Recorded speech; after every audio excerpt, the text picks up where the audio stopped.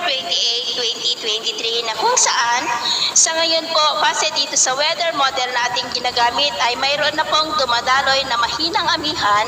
dyan po sa may extreme northern Luzon at may mahinang daloy pa rin ng habagat lalo na po dyan sa may Palawan. Samantala yung LPA po sa labas ng ating area of responsibility gaya na yung nakikita ay lumalakas na po ito at posible yan na maging bagyo ngayong weekend.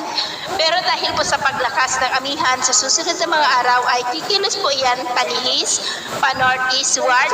palayo po. Hindi po ito banta sa ating bansa pero patuloy lamang tayong mag-antabay sa mga susunod na updates lalo na at consistent ay pinapakita dito sa forecast na may mas malakas na bagyo na posibleng mabuo next week at ang development po naman ito ang ating babantayan kung matutuloy po ang mga yan o hindi.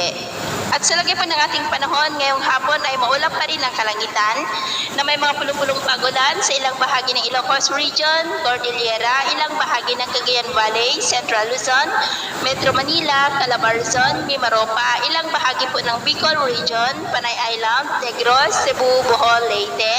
Samar Provinces, Zamboanga Peninsula, Northern Mindanao, Caraga, Davao Region at Sorsogon. Posible po na magtuloy-tuloy ang mga isolated rains na yan hanggang mamayang gabi sa ilang mga lugar at posible ang malalakas na ulan dyan sa ilang bahagi ng Central Luzon, La Union, Ilocos Sur, Benguet and nearby areas. Kaya mag-ingat po tayo sa mga banta pa rin ng mga pagbaha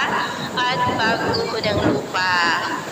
At sa atin naman pong mga baybayin, wala naman po tayong nakataas na namang gale warning signals, pero iba yung pag-iingat lamang po kung papalaot tayo para mas makaiwas sa mga sakuna.